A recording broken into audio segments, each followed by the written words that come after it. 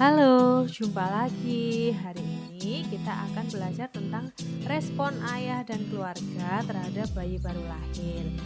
Nah, teman-teman, reaksi orang tua dan keluarga terhadap bayi yang baru lahir itu akan berbeda-beda.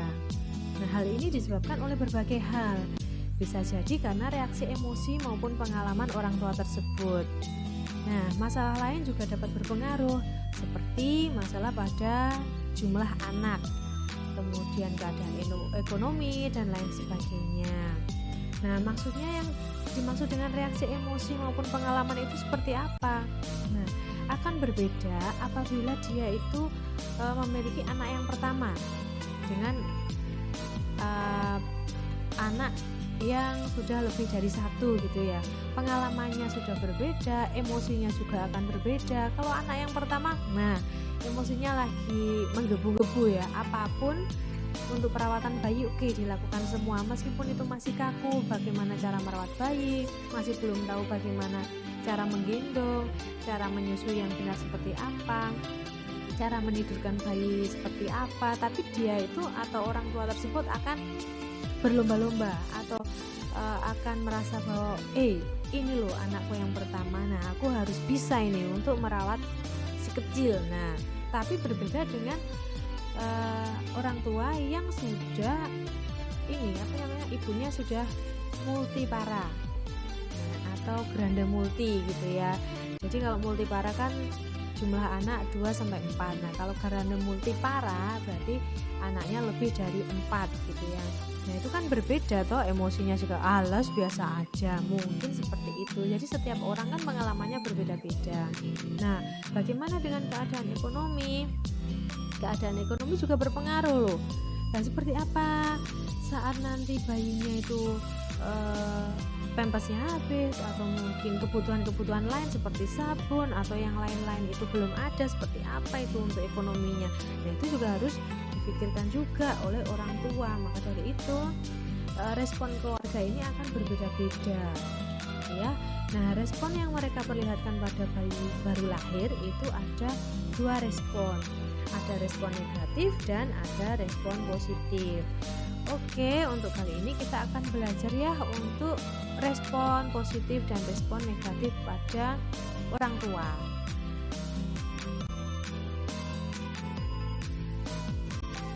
Yang pertama adalah respon positif.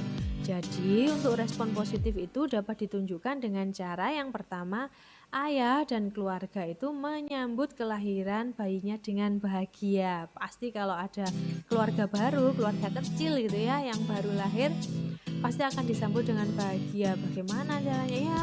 Mulai dari persiapan untuk persalinannya, membantu untuk merawat saat ibu masih dalam proses persalinan atau masih infartu gitu ya, dengan santai, dengan sabar, orang tua atau ayah itu akan merespon dengan baik gitu. Kemudian yang kedua, ayah itu bertambah giat bekerja untuk memenuhi kebutuhan bayi dengan baik. Jika ada keluarga baru, pasti itu akan menambah semangat orang tua, terutama si ayah dalam bekerja ya, sehingga apapun kebutuhan bayi akan tercukupi. Maka dari itu ayah dan keluarga akan melibatkan diri di dalam perawatan bayi, meskipun itu masih anak yang pertama seperti yang tadi saya katakan, dia akan secara sigap untuk membantu perawatan bayi gitu ya, untuk membantu si ibu gitu. Nah, yang keempat, perasaan sayang terhadap ibu yang telah melahirkan si anaknya atau melahirkan bayinya. Itu perasaan sayangnya akan semakin bertambah karena apa? Tahu perjuangan ibu saat melahirkan itu seperti apa. Kemudian ayah menunggui mulai dari infartus sampai dengan partes atau melahirkannya.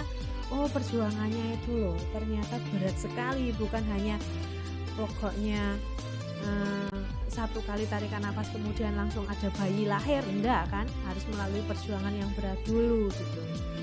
Nah, itu respon positif ayah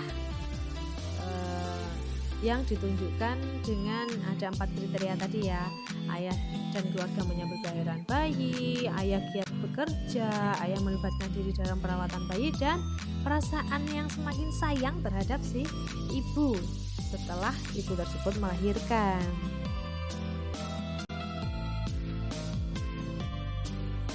Nah, setelah ada respon positif dari si ayah dan keluarga besar, pasti juga ada respon negatifnya. Apa itu respon negatif yang ditunjukkan oleh ayah atau keluarga pada bayi baru lahir? Ada loh kelahiran bayi yang tidak diinginkan keluarga karena jenis kelamin yang tidak sesuai dengan keinginan. Kadang kalau anak pertama, yang penting pokoknya cowok, atau yang penting pokoknya cewek lah. Nah, itu pasti ada kan, dari segi ininya segi keinginan. Nah, untuk melahirkan seorang anak cewek nih, kalau cewek kan mudah untuk didandani, bajunya juga lucu-lucu, berbeda kalau si cowok lah, mungkin seperti itu. Tapi beda lagi nih, kalau saya itu sudah melahirkan, atau ibu itu sudah melahirkan 3 kali, tapi kok cewek-cewek terus, saya tuh ingin cowok. Nah, saat kelahiran ternyata cewek lagi. Nah, itu ada respon negatif dari si ayah gitu ya.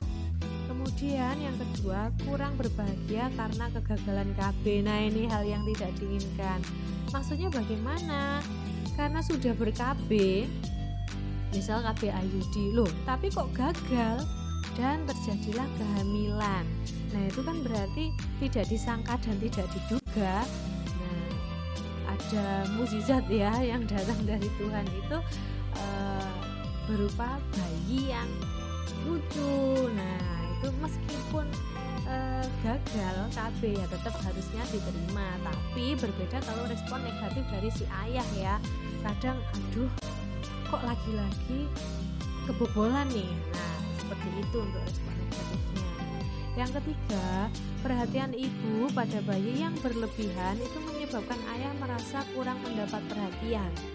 Jadi yang dulu ayahnya itu sering diperhatikan oleh si ibu, namun karena ibu ini sudah melahirkan dan konsentrasinya atau kasih sayangnya si ibu itu pasti akan terpecah ke bayi. Karena apa? Ya merasa bahwa alah, ayah kan sudah besar, pasti bisa untuk merawat dirinya sendiri. Lah, sedangkan bayi baru lahir loh ini, jadi kan harus membutuhkan kasih sayang yang lebih dari seorang ibu. Nah, sehingga ada rasa jealousnya gitu ya di si ayah tersebut gitu. Jadi jangan sampai bilang alah, namanya juga ayah sudah bisa menjaga diri, merawat diri sendiri, masa masih jealous. Loh, jangan salah, namanya ayah itu ya tetap harus mendapat perhatian lebih dari si ibu. Jadi pastinya perhatian ibu juga berkurang ya karena kehadiran si kecil. Yang keempat, faktor ekonomi itu akan mempengaruhi perasaan. Bisa perasaan khawatir, bisa perasaan kurang senang gitu ya dalam membina keluarga karena kecemasan dalam biaya hidupnya. Waduh, ini ada keluarga baru, berarti saya harus giat bekerja. Tapi bagaimana caranya saya giat bekerja? Pekerjaan saya cuma itu aja. Nah, akhirnya ini si ayah itu akan merasa rendah diri, kemudian masih bingung juga dengan biaya di dalam keluarga. Bisakah saya mencukupi kebutuhan ekonomi saya dengan keluarga baru saya ini? Bisakah saya itu membiayai keluarga besar saya ini? Nah, seperti itu ya. Jadi ada kekhawatiran tersendiri pada si ayah karena memang ayah itu kan tulang punggung keluarga gitu ya. Nah, yang kelima, rasa malu baik bagi ibu ataupun keluarga apabila anaknya itu lahir cacat. Jadi yang namanya pemberian Tuhan kan kita tidak ada yang tahu ya, entah itu lahirnya sempurna atau mungkin ada yang kelahiran cacat atau mungkin dengan lahir terus kemudian sakit. Nah, kita kan tidak tahu itu. Tapi ada yang orang tua yang memang dia itu kurang bisa menerima kehadiran si buah hati ini gitu ya. Jadi dia denial atau menolak bahwa masa sih ini anak saya, pasti tertukar nih. Atau mungkin bisa jadi masa sih anak saya kalau hidungnya sih mirip, matanya mirip, tapi kenapa kok dia cacat? Padahal saya itu sudah tidak kurang-kurang loh dalam kehamilan itu saat memeriksakan diri, kemudian makan makanan bergizi. Nah, terus apa ini yang kurang? Kenapa kok bisa seperti ini? Nah, kemudian ada rasa malu, jadi ditutup-tutupi gitu ya. Dia apa ya namanya, merasa bahwa ini anak saya kok seperti ini, padahal saya itu cantik, suami saya cakep, tapi kok anak saya seperti ini. Jadi ada rasa malu di keluarga tersebut. Yang keenam, anak yang dilahirkan itu merupakan hasil hubungan hubungan yang tidak diinginkan. Nah, sehingga menimbulkan rasa malu dan dapat menimbulkan aib bagi keluarga. Kadang ada yang seperti itu, sehingga harus diungsikan kemana dulu nih, atau kota lain aja biar enggak kelihatan kalau memang dia hamil di luar nikah misalnya ya, seperti itu contoh-contohnya. Atau mungkin ini memang hasil hubungan yang tidak diharapkan nih. Seperti apa? Waduh, saya ini loh masih SMP, atau saya ini masih sekolah. Nah, terus bagaimana dengan nasib saya? Nah, seperti itu ya. Dia kan tidak memikirkan apa yang akan terjadi di masa depan. Jadi bagi teman-teman di sini, tolong sekali lagi saya ingatkan, jangan sampai coba-coba, nanti akan mendapatkan hadiah yang tidak terduga kan gitu. Dan itu tidak boleh disesali, karena apa? Anda sudah memilih jalan Anda seperti itu kan gitu. Sebagai saudara, sebagai keluarga, sebagai teman, yang kita kan hanya mengingatkan hal yang terbaik bagi Anda gitu. Tapi kalau Anda memilih jalur yang berbeda, nah berarti ya harus diterima. Tidak boleh ada rasa malu, kemudian tidak boleh ada rasa khawatir, ada rasa nggak senang gitu ya, karena memang itu pemberian juga dari Tuhan. Ya, itu untuk respon negatif, saudara ya. Jadi ada respon positif dan ada respon negatif dari ayah dan keluarga. Oke, sekarang kita lanjut ke perilaku orang tua. Jadi perilaku orang tua itu dapat mempengaruhi ikatan kasih sayang atau bonding ya antara orang tua terhadap bayi baru lahir. Apa saja itu perilaku orang tua yang dapat mempengaruhi ikatan kasih sayang? Yang pertama itu perilaku memfasilitasi. Yang kedua perilaku penghambat. Nah, maksudnya perilaku memfasilitasi itu yang seperti apa gitu. Terus kemudian perilaku yang penghambat itu yang bagaimana? Kok ada ya perilaku yang menghambat? Oke, kita lihat di slide berikutnya ya. Nah, perilaku memfasilitasi seperti menatap, kemudian mencari ciri kasih anak. Kan kadang kalau bayi baru lahir itu kalau kita lihat dulu, ini mana ya tanda lahirnya ya. Nah, seperti itu ya, mencari ciri khas yang ada pada bayi. Yang kedua itu melakukan kontak mata dan memberikan perhatian yang lebih pada si bayi tersebut gitu ya. Itu perilaku orang tua. Kemudian menganggap anak itu sebagai individu yang unik ya, karena memang itu mukjizat ya yang dari Tuhan. Nah, pastinya setiap anak itu makan disebut sebagai manusia yang unik gitu, karena karakternya setiap orang kan berbeda, setiap anak kan juga berbeda gitu ya. Nah, yang kelima menganggap anak sebagai anggota keluarga, kemudian memberikan senyuman dan berbicara atau bernyanyi di dekat bayi setiap saat gitu ya. Kemudian menunjukkan kebanggaan pada anak, ini loh anak saya, ini loh sudah rambutnya lebat, kemudian matanya belok, misalnya seperti itu. Jadi menunjukkan kebanggaan, ini loh anak saya loh laki-laki. Kadang kalau ayah kan seperti itu ya, inginnya anak laki-laki. Jadi ini loh kebanggaan saya, ini nanti akan menjadi kebanggaan orang tua di masa depannya. Yang kesembilan, mengajak anak pada acara keluarga. Jadi saking bangganya ya, kadang mengajak anak pada acara-acara atau event-event tertentu ya di keluarga, lalu diajak seperti itu. Nah, yang selanjutnya memahami perilaku anak dan memenuhi kebutuhan anak. Itu perilaku memfasilitasi, tapi yang perlu diingat, yang dimaksud dengan memenuhi kebutuhan anak bukan berarti kita memberikan semua yang dibutuhkan anak gitu ya. Anak mau A, kita kasih A, anak mau B, Anda kasih B, bukan seperti itu ya. Nah, tapi harus kita ingat juga mana yang memang diperlukan, mana yang tidak, itu untuk perilaku memfasilitasi. Dan yang terakhir, bereaksi positif terhadap perilaku anak. Jadi meskipun anaknya mulai belajar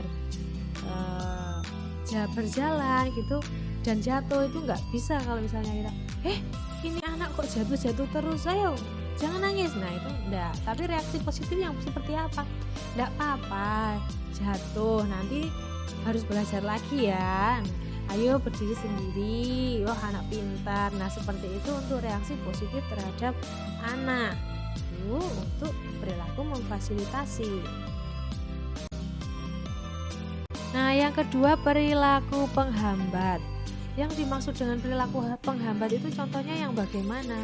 Ya menjauh dari anak dan tidak mempedulikan kehadirannya, menghindar, kemudian menolak untuk menyentuh anak. Nah ini biasanya yang itu tadi yang saya jelaskan, bahwa dia malu terhadap anaknya karena lahir cacat misalnya. Nah itu juga akan berpengaruh sehingga dia akan menjauhi si anak tersebut. Pulang kerja, anaknya tetap sama ibunya, padahal anak itu ingin bercengkrama, pengen bercanda dengan ayahnya gitu ya, tapi si ayah itu akan menjauhi si anak dengan cara bagaimana? Dia bisa nonton TV ataupun setelah pulang kerja mandi, makan, kemudian tidur langsung. Nah jadi menghindari atau menolak untuk menyentuh si anak. Nah yang kedua, tidak menempatkan anak itu sebagai prioritas atau anggota keluarga, jadi tidak memberikan nama pada anak. Kemudian bisa juga malah menganggap anak itu sebagai sesuatu yang tidak disukai. Anak saya itu nggak mungkin seperti ini. Nah seperti itu ya, itu contoh-contohnya. Kemudian tidak menggenggam jari, terburu-buru dalam menyusui, atau mungkin malah kalau menyusui dikasihkan ke ibu atau malah si ayah dengan alasan ASI saya enggak, ini nih ASI saya mampet nih, masih belum keluar, kamu susui aja dengan susu botol. Nah seperti itu ya, itu perilaku penghambat, jadi tidak ada bonding nantinya. Itu contoh. Kemudian perilaku penghambat lain yang bagaimana? Menunjukkan kekecewaan pada anak dan tidak memenuhi kebutuhannya. Apapun kalau anak menangis, waktunya ganti popok ya, keluarga lain misalnya, ini loh, jadi kayak mertua atau orang tua gitu ya, anak saya ini loh nangis terus, silakan bu ini sana bu, gendong sana bu, atau ganti popoknya ya, ganti popoknya bu. Nah seperti itu ya, jadi dia menunjukkan rasa kecewanya itu seperti itu.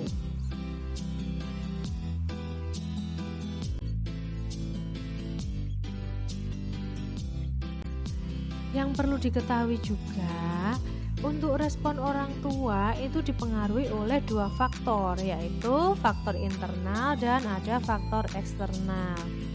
Yang dimaksud dengan faktor internal itu yang bagaimana? Nah, faktor internal itu seperti genetika, kemudian kebudayaan yang mereka praktekkan dan menginternalisasikan dalam diri mereka, seperti moralnya, kemudian nilai-nilai yang ada di budaya tersebut. Contohnya budaya untuk menghargai dan menghormati sesama misalnya. Nah mulai dari lahir sampai dia dewasa nanti itu ada pupuknya loh. Bagaimana? Ya dia akan mengajarkan, atau orang tua akan mengajarkan kepada anak tersebut, ayo ucapkan terima kasih, ayo ucapkan minta maaf apabila salah. Nah seperti itu ya, maka itu akan menginternalisasikan pada diri si anak tersebut gitu. Nah kemudian faktor internal lain yang seperti apa? Kehamilan sebelumnya, kemudian pengalaman yang terkait, serta pengidentifikasian yang telah mereka lakukan selama kehamilan. seperti mengidentifikasikan diri mereka sendiri sebagai orang tua, kemudian keinginan menjadi orang tua yang telah diimpikan sejak lama gitu ya. Jadi efek penantian yang panjang, nah itu juga bisa masuk ke faktor internal.